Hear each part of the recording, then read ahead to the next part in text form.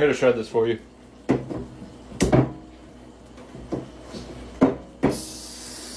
Okay. Hello. I'm a bit tired today. As was I the last video. This time is because I'm running off of like 4.5, 5 hours of sleep, and I just got home and like showered and stuff.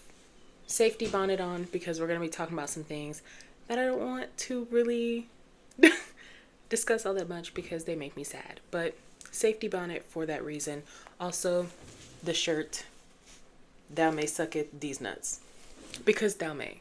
I was going to, I feel like I can't hear because the bonnet is covering my ears. Safety bonnet. I was going to make a short YouTube video instead of making another long form video. But then I was like, I don't want to. I would rather get it out the way, talk about it first, and then talk about something that's interesting to me and that I like. So we're going to get it out the way. Being a fan these days is so annoying and infuriating.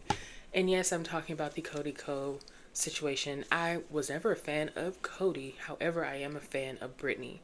And we're going to talk about we're going to talk about Miss Thing because she has done some things that has really irked me that I found out about.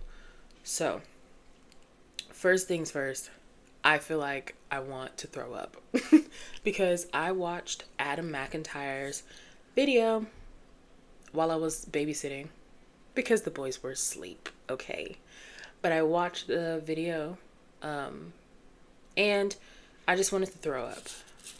And because this was my first time seeing Brittany in some type of drama and also having people bring up separate occasions and separate things that Brittany has done that is very icky.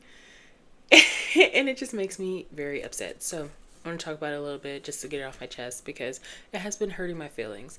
And I feel like this is the fault of parasocialism because why are my feelings hurt? It's not my friend. But it feels like it. So I'm going to talk about it. I have, of course, like always, points written down as always. And I also have points written down. So, the first thing that I want to go over is what she's been canceled for, what she was canceled for before, and what the situation is now. And then we're going to dump it. We're going to clean our hands of it because this is not a drama channel and I don't care. Okay. So the first time she was canceled, I guess, was when a video of hers leaked from a close friend's account. And it basically was her just being like, I don't know why people are wanting me to speak on the whole Palestine situation, what's going on in Palestine. Palestine. I'm going to say Palestine.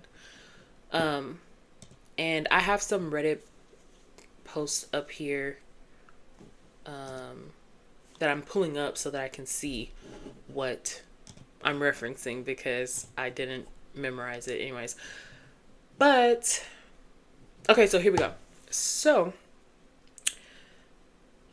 in her video, she has always made it a point to hold bigger YouTubers accountable for using their big platforms to talk about situations and bring awareness to situations like smaller creators, unlike smaller creators because they don't have much of a reach, but the bigger ones do. And so she's always made it a point to be like, hey, why aren't bigger creators talking about this, yada yada. And then at the same time, to juxtapose the situation, at the same time she is complaining about not really wanting to comment on because she doesn't know what to comment, she doesn't know what to say. And I feel like it would have been much better if she had said, I am not educated enough at this moment to talk to you about what's happening in another country. I'm not educated enough to talk to you about what's happening, so I'm not going to speak on it at this moment, but I will speak on it. That's all you have to say. If it was me and I was Brittany and I had the big, channel and a bunch of my fans were coming to me and asking me, what is your thoughts on what's happening in Palestine? Palestine. I don't know. What are your thoughts and opinions on what's happening over there? I would say I'm not educated on that at the moment. I'm not educated enough to make an opinion or to form a meaningful thought about that at the moment. Let me educate myself. Let me think, and I will get back to you on that. That's what I would say. It's very easy. Just say you're not educated on that. Say you're not ready to speak on that just yet because you're not educated on it. Educate yourself and then go forward. Simple. But anyways, someone on Reddit, it is under the I don't know how to use Reddit, okay? I just now hey. Just now got an account. I have several, but I keep forgetting the password, so I make new ones. But I don't really know how to use it just yet. So r/LA influencer snark. This person said Brittany Broski equals performative activist white women. And the discussion reads, I'm going to read it verbatim. I honestly never really watched her, but saw clips from time to time of her podcast, and she was genuinely funny to me. But I just saw a TikTok of something she posted in her close friends about her not having to say anything about supporting Palestine just because she has a platform, and it put a terrible taste in my mouth about her now. When literally 2 months ago, she went on a whole rant about how influencers and celebrities should use their platforms to advocate for things. So it's not that she didn't speak on it. It's just a simple fact of how can you be so hypocritical? Humans in nature, I feel like, are very hypocritical. Humans make mistakes. Humans do things. Hell, animals make mistakes. Animals do things. So, but I feel like it could have been done so differently, and she just shot herself in the foot. But I had never heard about this. Never. And this happened, 8 months ago? So, and this person right here, underneath the post, was like, it's okay to not feel like you're the right person to talk about things you don't understand or aren't too educated on to talk about, but I think she should elevate Palestinian people and creators who are talking about the subject, or share ways to help and how to call senators and stuff like that. There's so much stuff she can do, but just isn't/won't. She just shot herself in the leg, like F her man. So I'm trying not to cuss too much either, because apparently my granny might watch these videos. I don't know. Hi, Granny. Hi. But anyways, yeah, it's just very disheartening to see. And also and I remember watching one of her podcast episodes about something about Bad Bunny and him getting canceled or backlash or something for some not drama, but some issues in the world that were going on that he protested with or against or something like that. And she made it a point to say people with big platforms should utilize them to talk about these situations and these things. So for you to not really follow through with that is very strange. Anyways, the second thing that was kind of very, very icky, this is 8 months ago. Second thing that was very, very kind of icky, let me pull it up here, was that she was basically kind of rude to Tana Mojo, which Cody Ko and Tana Mojo, if you are not chronically online, I'm not going to sit here and debunk it and explain it. There's so many videos that you can go watch. D'Angelo Wallace has a long video about it. Oompaville just posted a video. I think Charlie posted a video. Moist Cuticles. If you want to go find information about the situation, go to Tana Mojo herself. She has made several videos about it, I'm pretty sure. So I'm not going to sit here and try to explain that because I don't want to. And I'm not educated enough on that, and I'm not going to educate myself on that because that is something that I would like to stay away from because it's quite triggering for me. It's quite triggering, so I don't want to. So thank you. But, and because it's there's so much out there. Adam McIntyre, just go pick a video. There's so many out there. So she was basically kind of rude. Tana Mojo has been a fan of Britney, and she has this podcast called Canceled. And so she was like, oh my God, I would love it if you could come on my podcast. And I think the podcast is Tana, somebody else that was canceled, and Trisha Paytas. I don't remember who the other girl is. I'm so sorry, but somebody else canceled. I don't fucking know. But yeah, she was like, oh my God, I love you. Like, if you come on the pod, I would really love it. Thank you so much.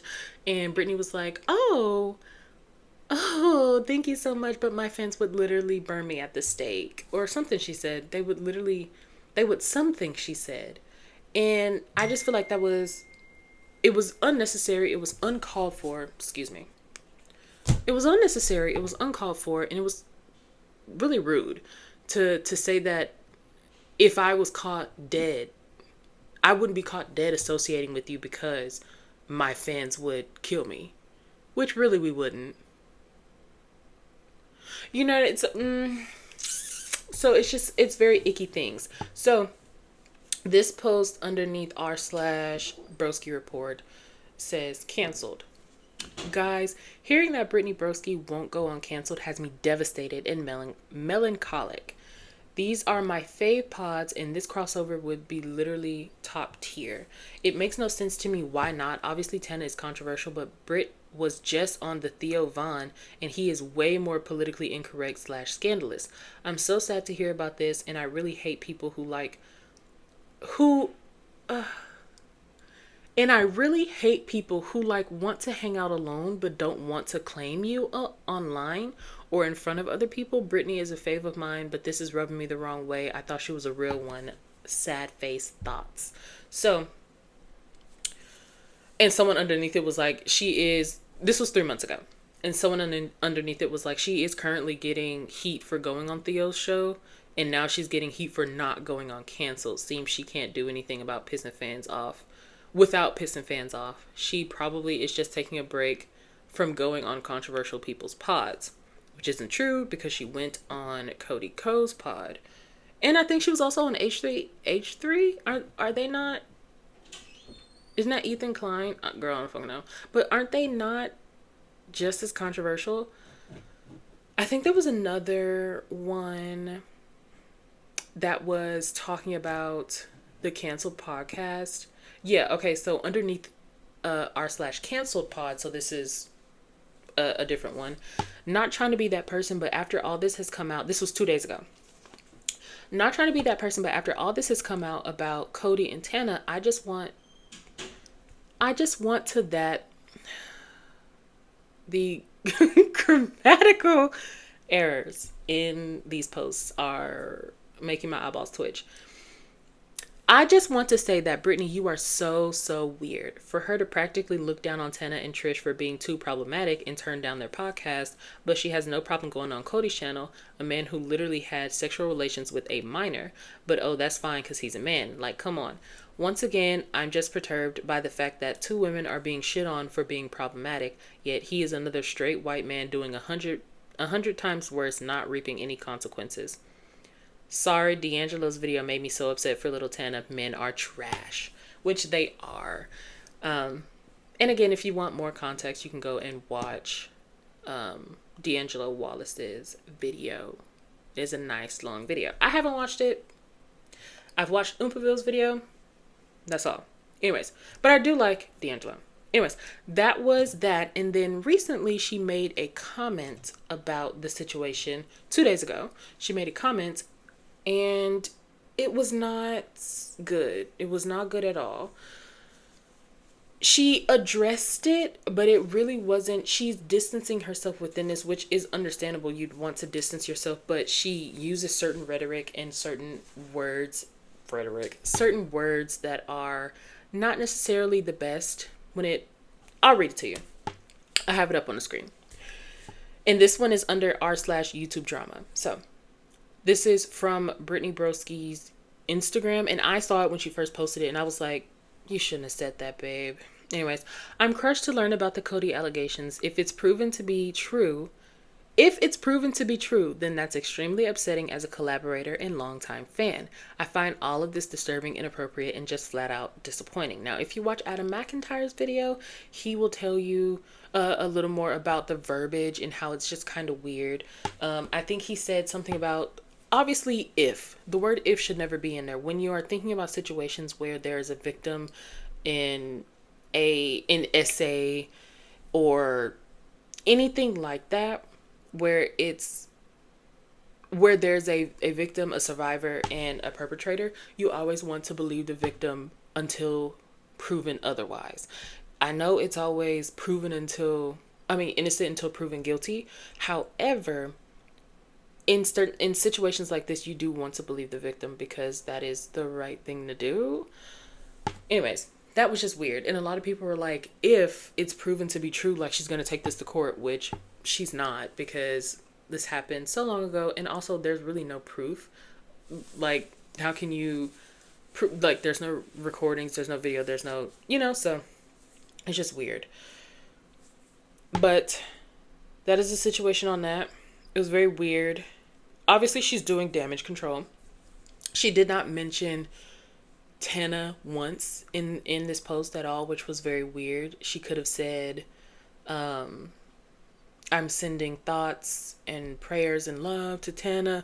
Like, even if she is problematic, even if she has had her flaws, even if she might be racist, that's still a human being who is telling her story and has been telling her story for 3 years now? Like, this came out 3 years ago. How many years? Or it's been known for quite some time, and it was announced quite some time ago, but it's only getting traction now because I think mainly because of D'Angelo Wallace. So it's just very strange to me, and I'm tired of finding out that my favorite creators are low-key kind of scummy. I really wish that this isn't the case with her, but I can't be 100% sure. So it is just very disappointing to see. Some notes that I made at the bottom of the page were that when it comes to the whole situation with the addressing of the situation going on in Palestine, I feel like her entire personality online is being annoying, being funny, and being relatable. And because of that, I feel like she doesn't necessarily associate herself with being a famous person who has this big platform. To her shit stinks. When she stands up, her shit stinks. But I feel like she's losing her sense of smell. Like, I feel like that's what's becoming of it. The more things that come out, I feel like that's what's becoming of it, and it's very disappointing and very annoying. But I digress. And also just like really weird stuff. A lot of people are calling her a man apologist or something apologist, a man apologist, something like that.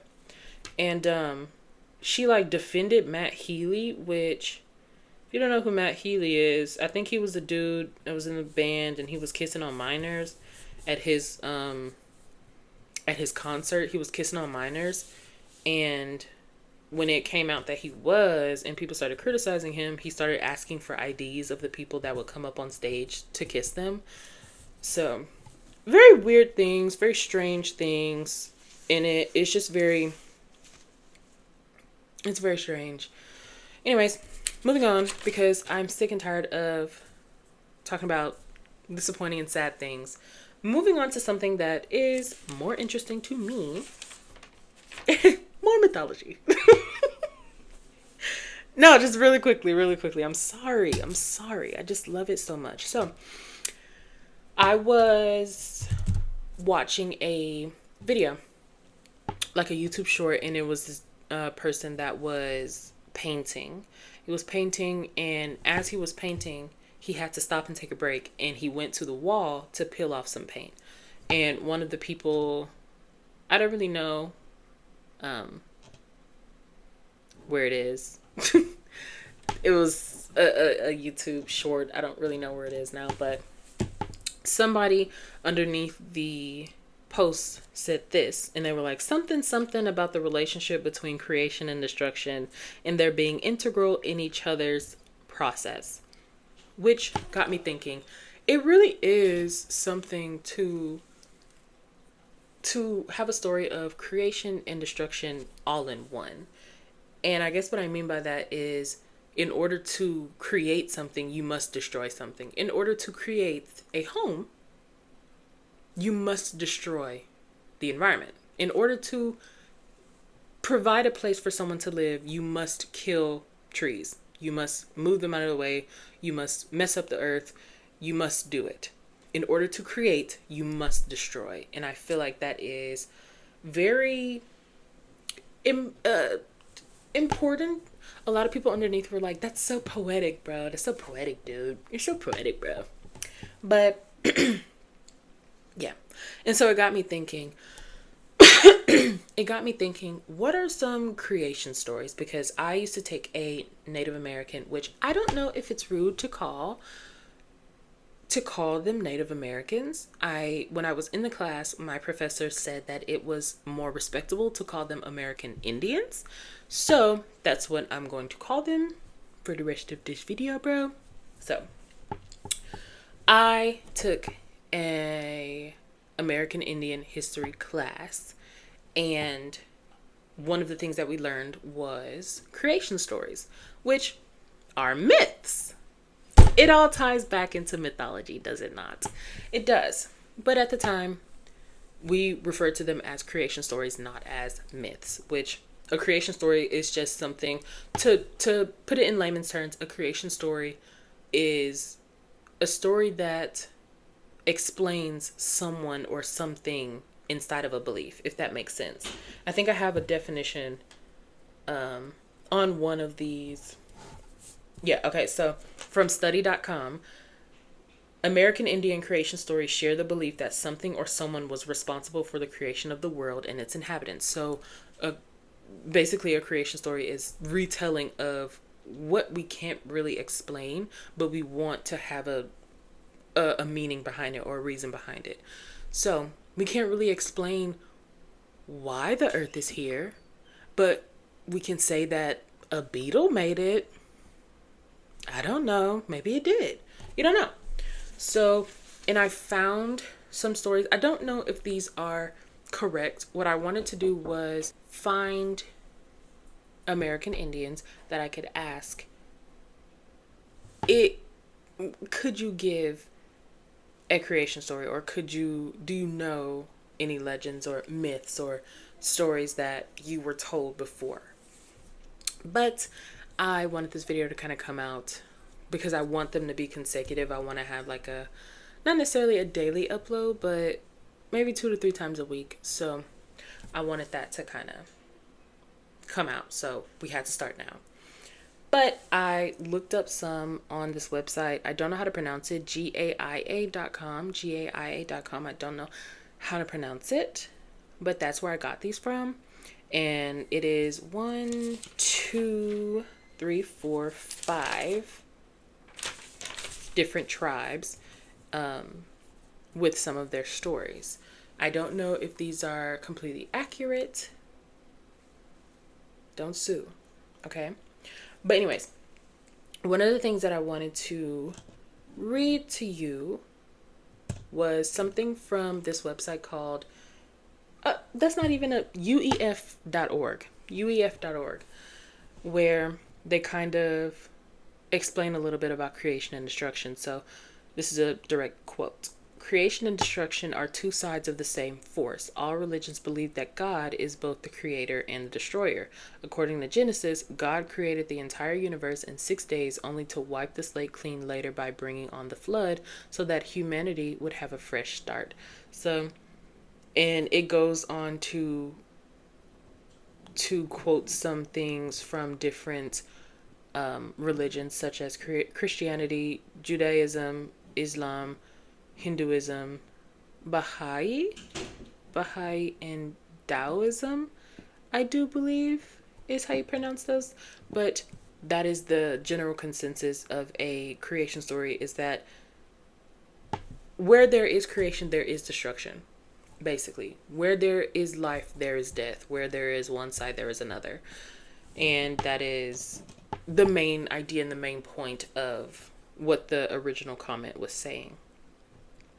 So I wanted to talk about some of the creation stories that I found.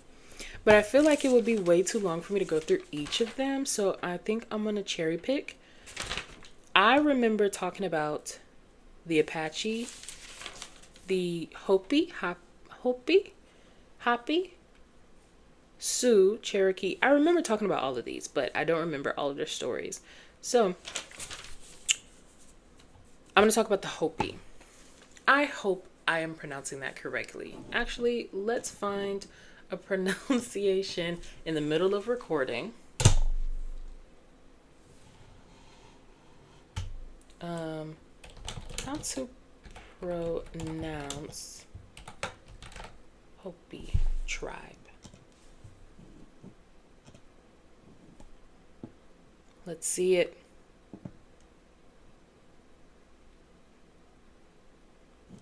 Come on. Let's hear it. Well, he got quickly bored with that, and in an airport met, I think it was a Hopi Indian, Native American. Hopi? Alaska. Our greatness is seen on the faces of Navajo and Hopi students. Hopi. So that's the consensus right here. Hopi. Yes, okay.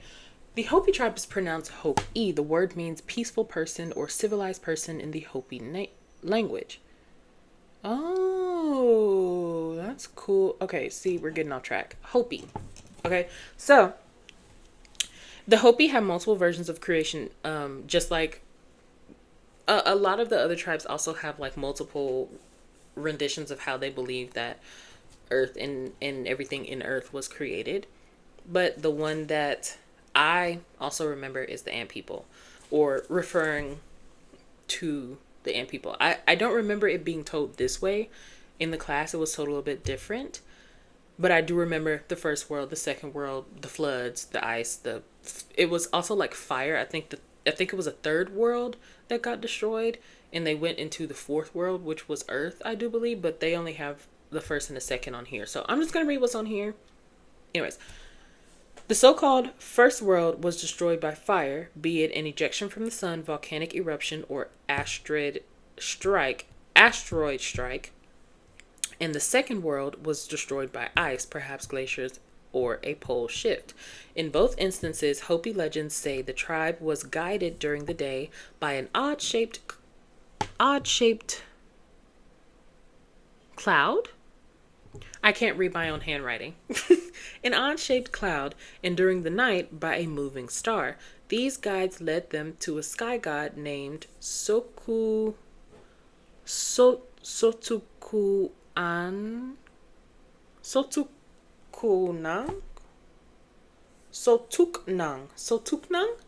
I'm so sorry. Sotuknang? We're going to say it. Who took them to the Ant People. So this sky god took them to the Ant People. And the end of it is basically saying that the Ant People became friends with them, and they shared food with them, and they told them how to store the food properly. And they just gave them a lot of life lessons that they needed. And I think that's not how it was told to me in the class. But I can't go back to the lesson because the semester was so long ago. It's over. So, there was that one. And then the Sioux, I know how to pronounce that one. The Sioux, sometimes the creation stories often circled around a sacred place or a sacred location. So in this legend, the Sioux people feared this cave that had wind blowing in and out of it, like there was a sleeping giant or a sleeping beast inside of the cave. And they felt like the giant invoked the providence of the Great Spirit. So they were like, this is sacred. We can't go over there. We're scared. What do we do? One man, he was like a medicine man, is said to have seen a vision from a young Indian maiden telling him she was the immortal buffalo lady from underneath the earth. And she told the medicine man to tell the others that the cave was a sacred place and people should come and drop off offerings and tokens. And if you drop off offerings and tokens, you will be granted many a buffalo. Okay? In the story, the creation story of the Cherokee, they have several, but one of them is that a great island floated in an ocean attached to 4 thick ropes from the sky, which was rock. Because everything was dark, the animals could not see. The Great Spirit told the animals to stay awake for 7 days and 7 nights. But most of them couldn't. However, the plants that stayed awake were able to stay green all year, and the animals that were able to stay awake, such as the owl and the mountain lion, could also go about in the dark. So that is a story of how animals are able to see in the dark. We don't know. We don't know how owls and mountain lions can move around in the dark and track and see things very clearly and very well, and they hunt at night. We don't really know why. So we're gonna make a story. We're gonna tell you why. We're gonna tell you what we think. So sorry, all the rumbling. With each story, there is a clear connection. Animals, or a connection that you can kind of see once you start to look at multiple of the stories. Animals come first, humans are made after, and there's some sort of destruction, whether it be at the fault of the man or the earth was just not ready or something happened, right? Like with the Hopi people, the first world caught on fire. The second one froze, right? And I think in the story that I was told, the third one, like flooded or something. There was something to do with water. I remember the fire. I don't necessarily remember the ice, but I remember the water. And so they had to go through all these layers of the earth until they finally got over the top. So in all of these, you can kind of see a central element, right? In these stories explain to you why the earth is like this, why we're on the earth, who created the earth, what we think happens. This is why this happens because this God said to do, so all of them have that, which ties back into mythology. Something that I'm slowly getting more and more interested in the more I learn. Anyways, enough about that, because I feel like every episode is going to be me talking about mythology, and that's not true. So, because I still have a little bit more to talk about, maybe about 20, 30 more minutes, I want to talk about emotions and why. I want to talk about emotions. I want to, if I can ever get it out, I want to talk about emotions and why I feel like some people treat people a certain way. Not to get like really, really deep or philosophical or anything like that. It's just something that I had written down as like one of my little sticky notes, and kind of want to talk about it. So for some reason, some people think that being mean and being nasty and just rude to people is a personality trait, and they think that that is something that is admirable or funny, and it's not. And when I say nasty, if you live in a Black household, you most likely have seen this or heard this, where there are certain phrases where it's like your mom, for example, might come into your room and be like, you too pretty to be this nasty. And she's referring to not you being nasty, but she's referring to your room being dirty. Sometimes my family will refer to it as being nasty or being ugly. You too pretty to be that ugly. They're not saying physically you're ugly, but emotionally and mentally inside you are ugly. So if I randomly be like, stop being ugly, I'm not saying looks ugly. I'm saying like nasty ugly, like you don't have to treat me that way type ugly. So being an asshole is not cute. I don't feel like I need to say that, but for some people, listen up, okay? I don't know what it is. I understand that everybody has bad days. Everybody has days where they just don't. Everybody makes mistakes. Everybody has those days, okay? I understand that there are some days you wake up and you're like, I don't want to communicate. I don't want to talk. Don't mess with me. Don't bother me. But I feel like I would much rather someone say, I woke up on the wrong side of the bed and I just don't want to talk to you. I don't want to talk today. I don't feel like being bothered today. I feel like I would love that much more than someone being mean to me all day, or like kind of passive aggressive to me all day. And it's not very necessary. So I sat, because I'm trying 2024, my goal is to be more of a pacifist, I guess. Not necessarily pacifist, but my thoughts is really to try to see it from other perspectives as much as I can. So I started to think to myself, I was starting to say to myself, what would be some factors or some denominators that would make me be mean to someone, like that would make me be ugly. And so I wrote down 3 that kind of branch out an umbrella underneath themselves, and I'll kind of talk about how they branch out. So the first one is maybe you had a hard childhood or rough upbringing. And 3 things that could branch out from underneath that is trauma, PTSD, mental illness. So all of that is covered. You had a rough childhood, rough upbringing, you experienced trauma, you have PTSD, and you're mentally ill. Okay, that's number 1. Second one, you're just having a bad day. You woke up on the wrong side of the bed. You got laid off from your job. You got cheated on. You're having a bad day. Okay, cool. That's the second one. The third one, which is something that I can resonate with a lot, is you're mirroring somebody else's behavior that they are projecting onto you. So in this sense, you are petty, so I'm going to be petty. And I do that a lot because I don't like when people treat me a certain way. And so sometimes I will act a certain way and I'll start acting a little mean or whatever. And they'll be like, why are you being mean? Why are you doing this? I'm not trying to argue. I'm not trying to. Hey, I'm not being mean. I'm giving you what you gave me. And that irritates the fuck out of some people. Some people do not like that at all. Some people despise that. And sometimes I get asked, why are you being mean? It's like, I'm not being mean. I'm not being mean at all. You know what I'm being? The same thing as you. So I can understand the third one. I've seen it from your perspective. I can understand the third one. The first 2 I cannot. And neither do the first 2 I see why it is so okay with you acting the way that you do or treating others the way that you do. I've had, I was S8, 13 and 14. I'm not an asshole. I don't feel like I'm an asshole. If anything, I bend over backwards for people that don't even give a fuck.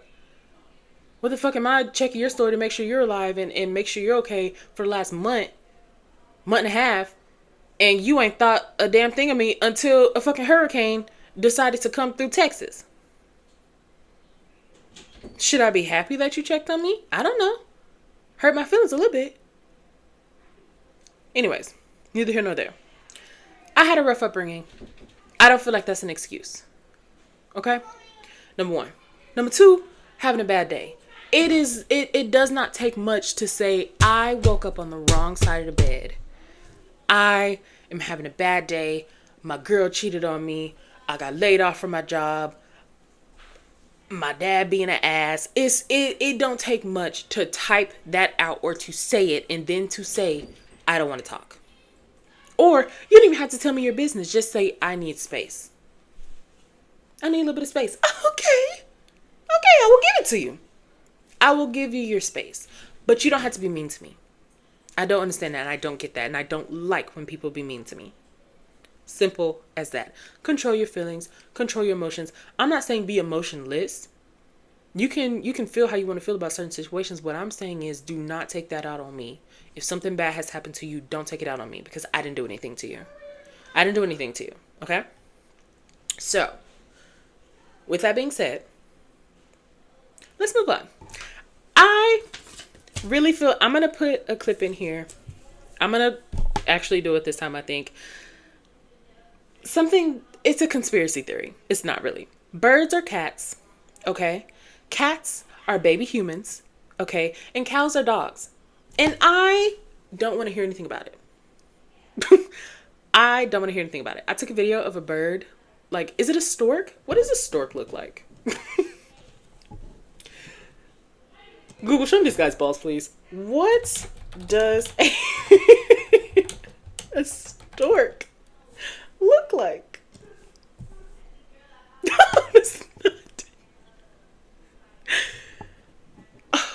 not okay. What is I'm determined. What is the white bird that is always by cattle?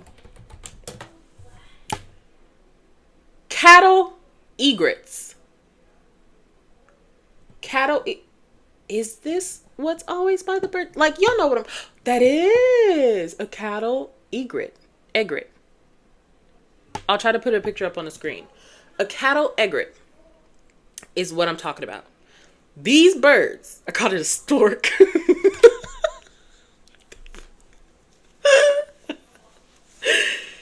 A cattle egret. I took a video of one because the people that I babysit for, they have this really beautiful house, and they have a lot of land, and they have 3 cattle. They have a bull and 2 cows out back, a donkey, and 2 dogs. And so they have a big space, right? And there's always cattle cattle egrets, that are just out there picking at the grass with them, you know? And I recorded one because it was acting strange, but I realized it was catching bugs. It was eating. But it was like moving. You know how cats like shake their butt and shake their whole body when they're about to pounce? That's how it was moving. And I was like, that is a cat. You can't tell me it's not a cat. Cows are just big dogs. You can't tell me they're not. You can't. Cats are just baby humans. You can't tell me. Look at my cat right there. You can't see him. He's a baby human. I birthed him. Sorry. I have the sonogram pictures. You're gonna tell me? You're gonna tell me that I didn't birth my child? That's my son. Anyways, cattle egrets. I never would have. Oh, look at the baby moo. It is a baby cow. Anyways, I just wanted to share that with you, and I'm going to share the video of the bird moving around like a cat getting ready to pounce. Anyways. Also, another thing that I want to talk about really quick, and then I promise you I will hang up the phone, babe. Another thing that I want to talk about is chronic onlineness in children, in the way that children just sit in brain rot. And it's very disturbing. And I know a lot of people make jokes about it. It's like what are they calling the latest generation? I think it's Gen Alpha. Who the fuck comes up with these names? Generation Alpha. People who are born or will be born between 2010 and 2025. Yes, so Generation Alpha. I know a lot of people make jokes about it, and you know, oh, Generation Alpha is just, you know, bad, yada yada yada, brain rotted kids, these kids bad, yada yada. That's not funny. I babysit 2 brain rotted Generation Alpha children, and all they do is sit and watch Skibbity Toilet all day. They watch Skibbity Toilet. Oh my God. They watch Skibbity Toilet and Mommy Longlegs and Daddy Longlegs pretending to be Santa and Spider-Man getting pregnant by Elsa. That's what they watch all day. And it just hurts my soul. And it's like, I can't make someone's children go outside, obviously. Number one, it's 99 degrees by the time it hits like 8 in the morning. It's hot as fuck. Today was the coolest day this week. And that's only because it like started sprinkling. Because I think tomorrow it's going to rain. So it was a very cool day today, but still they didn't want to go outside. And I can't force children that are not my children to go outside. And these children are some of the rudest children ever. Like, it's just very strange. It's very strange to me. And when I say rudest children ever, I mean like their mom was on the phone with them talking, and she was like, I'm gonna bring you home snow cones. What kind of snow cone do you want? And one of them couldn't hear, and so she kept calling his name, and he was like, what? What do you mean? What do you mean? What do you mean? That Jennifer Lawrence video. What do you mean? Ow. Anyways, I wanted to go over what are the parenting, because I was going to make an entire video about this, like a video essay, like type thing, but I didn't feel like editing. So parenting styles. parenting status, patterns of behavior, bro. So, authoritarian parenting, authoritative parenting, permissive parenting, and uninvolved parenting. So, or uninvolved or neglectful. I think there's two different ways to say the last one. So, to elaborate, authoritarians are very, very, from what this is showing me, this little chart, the best one that you want to be is authoritative. But authoritarians are like the dictators. Like, I said do it because I said do it, and I don't care how you feel. I don't care what you think. Your child, go do it. Go do what I said. A lot of y'all have had those parents. Permissive parents are the ones that will excuse all behaviors that the child is exhibiting because, oh, it's a kid. They set the house on fire. He's literally only 5, bro. Kids will be kids. You said he discharged a weapon? He's a kid. Like, let him live. Like, those are permissive parents. Uninvolved parents is exactly what it means. Leave me alone. Don't talk to me. I didn't want kids, but I had them anyways. Don't know why. And authoritative are the ones that are like, hey, I understand what you want, but this is what I want, and these are the rules because I'm an adult. I make the rules. Here's why they're important, and I need you to follow them. So, yeah.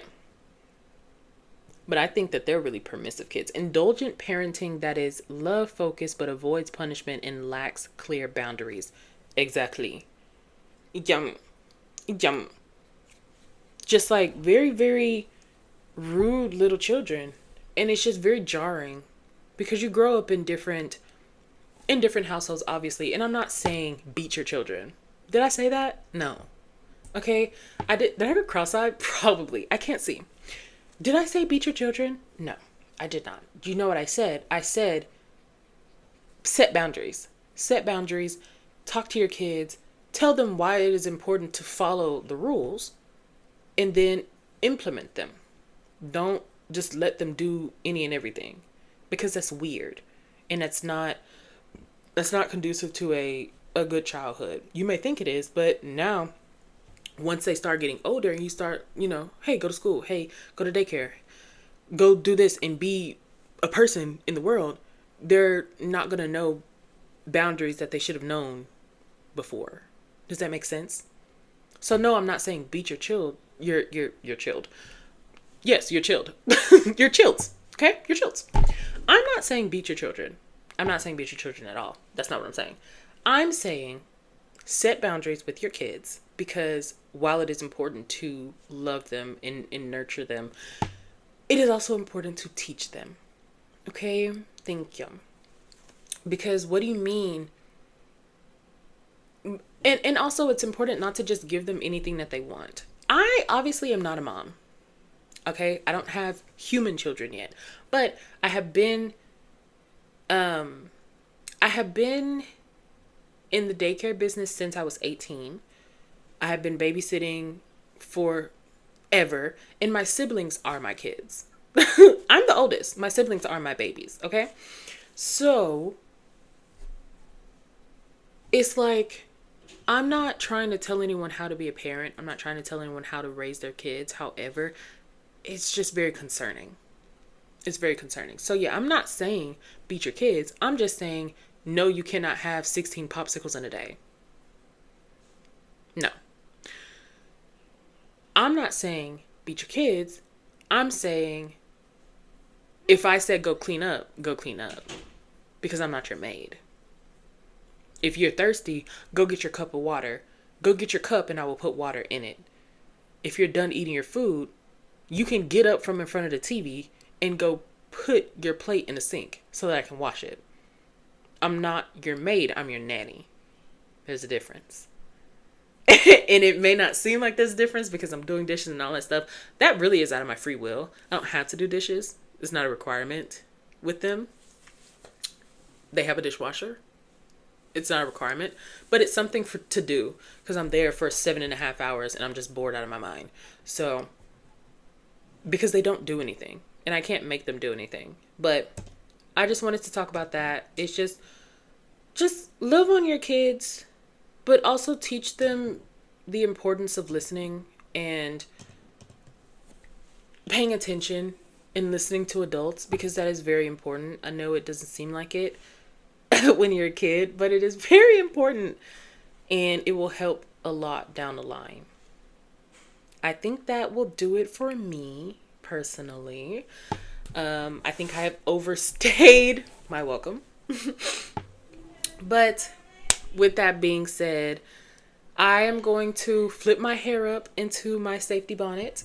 This is not the last time you will see safety bonnet. I probably will fuck around. I'll make it merch. If this video can get 50 times, the amount of times that I've heard, if you don't subscribe now, that means you don't love your mom. What? If you don't like and subscribe, that means that you hate your family.